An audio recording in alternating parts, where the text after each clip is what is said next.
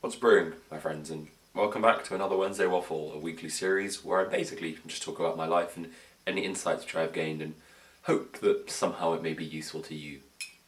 I'm sorry that this is out on a Thursday, but yesterday was pretty packed, and I'm going to explain why getting it out on a Thursday is important for me in a second. So, the reason it is important to me is because, first prompt, is that I've developed something called the 3-day rule. I've never heard of something like this in other productivity videos, circles, podcasts, whatever. But what it essentially is that any task can be done within 3 days. But after the 3 days, it's scrapped. So if I made this video on Wednesday, that would have been perfect. Thursday is, fine. Especially if I had a good reason not to do Wednesday, which I did yesterday because I went out with a friend and that was good. And then I had my swimming shift. And then you have a third day in case for some reason 2 days have just not been it. But if you don't get that third day done, you just don't do it. And that creates a lot of urgency, especially for me. And this is particularly important to me because I'm a bit of a procrastinator at certain times. The way I think of it is that I don't procrastinate on specific tasks. If I have a task to do, I am, but I procrastinate on clarity. And I decide not to give myself clarity on something which I'm going to do. However, this has genuinely hacked my clarity, and it's really helping me out right now. If it stops working, I'll be sure to tell you guys, but it's working very well now. It's not like, just be more disciplined. No, it's not like that. It's, if you don't do it, that's fine. But if you don't do it after 3 days, when you've had the opportunity to do it, then there's a reason you're not doing it, and you might as well just not do it. And this doesn't just apply to big tasks like filming a video. It can be small tasks like, you can't see, but on that chair usually I put my washing. And if my washing's been there for 3 days, I'm just leaving it. And obviously I don't want to do that, so I bring it up whenever I can. Next thing is that I am on holidays. My school finished on Monday. Very glad that it did because I can record videos at 10, wake up at 9, blah blah blah, it's really good. And it's so nice to have freedom of time again. I now have time to live and time to work on something which actually matters to me, like YouTube. And I've now made a framework almost for how I'm going to do YouTube, especially with the time which I have. Because now I have less time actually, but I have the mornings. I'm going to utilize these mornings. I'm literally going to exploit mornings. You have no idea. Because I still want to go out with friends, because you have to do that. But if I wake up at 8 and I go out at 10:30, that gives me 2 hours of pretty good deep work, which I can do. So yesterday, I wrote this many, this won't focus, I wrote this many ideas. All of these are YouTube ideas, I think it's 25. And I'm so happy I did it. Because now I have ideas for days. I can't say that I didn't make a video because I didn't have an idea, because I have 25 in there. And so now that's just going to really reduce the friction of me making videos. And I've decided to make a framework which I think is script on Monday, record on Tuesday, edit on Thursday, finish editing on Friday, and on Thursday also make the thumbnail, and then upload on Saturday or Sunday. So, really good. It's just working out very well. Because the holidays are so good. But these mornings are a great way for me to get a lot of deep work in. Well, not deep work, it's a short amount of deep work, but an hour of deep work, I heard this somewhere, is that an hour of deep work is better than 4 hours of shallow work. I think it was literally 4 hours of deep work is better than a whole day of work. But the point is, this deep work in the mornings is genuinely so nice, so good. I'm actually getting things done for the first time in a billion gazillion years. So, definitely recommend. One of the ways I've hacked this deep work is to actually have my breakfast in my room as opposed to having it downstairs. It sounds weird and it sounds like it doesn't work, but it's something which I've definitely felt before, is that my meals can take however much time they want, and I don't want to constrict them to a certain time because then I don't like them. However, if they're naturally constricted by time, then it's not that bad. But if I constrict them myself, then it's bad. And so what I do is, if I bring my meals up here, I can journal while eating muesli. Or, I like muesli. I bought Alpen because, oh my god, it's so good. I haven't had muesli in so long. I thought, might as well treat myself for the holidays. But have your breakfast in your room while you're doing something, which doesn't require a lot of focus. And then once you've finished your breakfast, you're already in your room, you've got energy.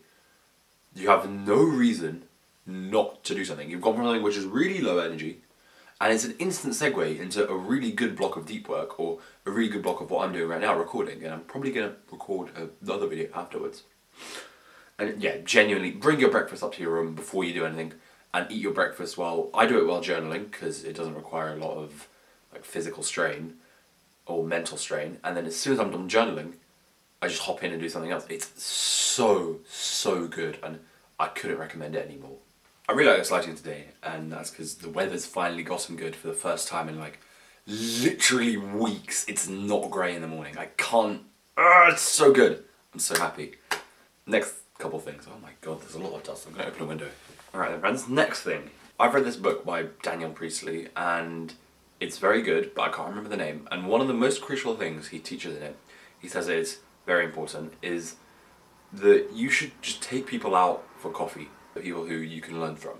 You can learn from anyone, because everyone has a different experience to you. And when you bring these people out to coffee and you learn from them, it's highly unlikely they'll say no, but if they say no, it's because they won't have a schedule, or no, they will have a schedule, which is too packed, and then you can say, oh, do you have a day when you're free? In like 3 months, and they'll be like, okay. I don't think many people will decline a free coffee, especially with someone. Obviously, if you have a tight schedule, if a lot of people are asking you, then yeah, fair enough, you don't have to. But for people who I'm going to ask, which is just going to be like family, friends, friends of friends, I'm going to get referrals from them, hopefully. These kind of ideas of coffee days with people who are more interesting than you, or not more interesting than you, but just different to you, is super good, because you can learn a lot from these people. I did my first one with one of my old Russian school friends, kind of like, she's considerably older than me, she's like 20 something, and her life is just super cool. She's travelled to like 50 countries or more. She's been to Cannes Film Festival, she knows professional actors like Nkuti Gatwa, like, she's got a really cool life. And I sat down with her, because I was like, you know, I want to learn about this. And so much knowledge. Genuinely just take people out for coffee, because you don't know what you'll learn, and the worst which will happen is that you waste an hour. The best which can happen is you can literally get a job. You can literally meet someone who's going to be a great friend for the rest of your life. The payoff, if it goes well, which is more likely than if it goes badly, is unbelievable. It's almost like you record a podcast by yourself without recording it. I think that's how I like to think of it, where when you do these things, you just sit down and you're basically recording a podcast with someone who's interesting.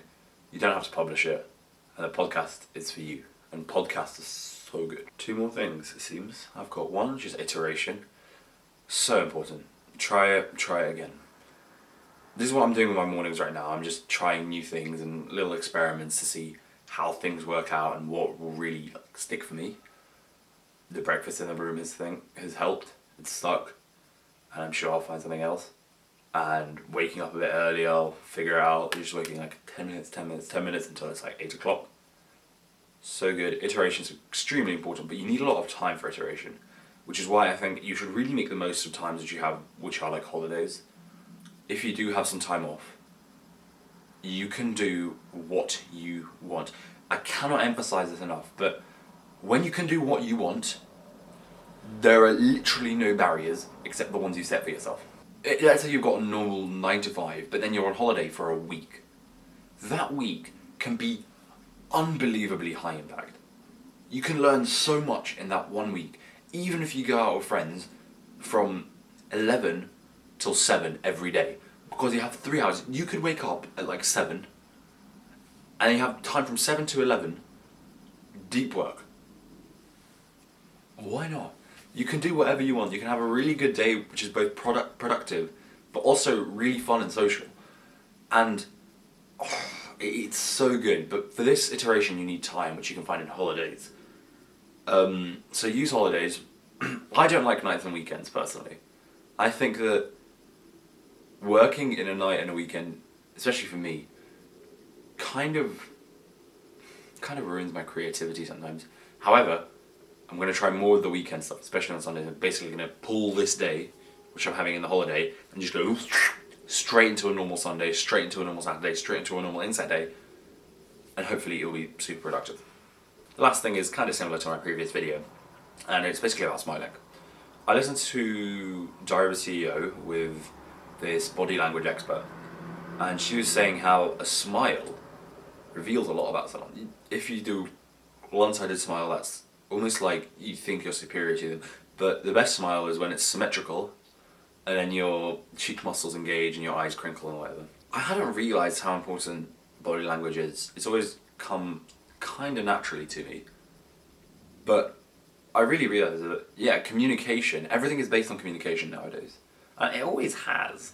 You know, a caveman could not survive without communicating with another caveman, and neither could a Victorian worker.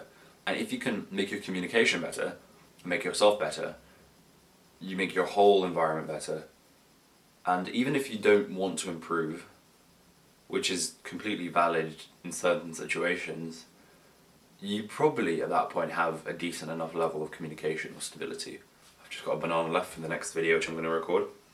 I'm going to finish on the triplet. The quote is from Productivity is Easy Actually.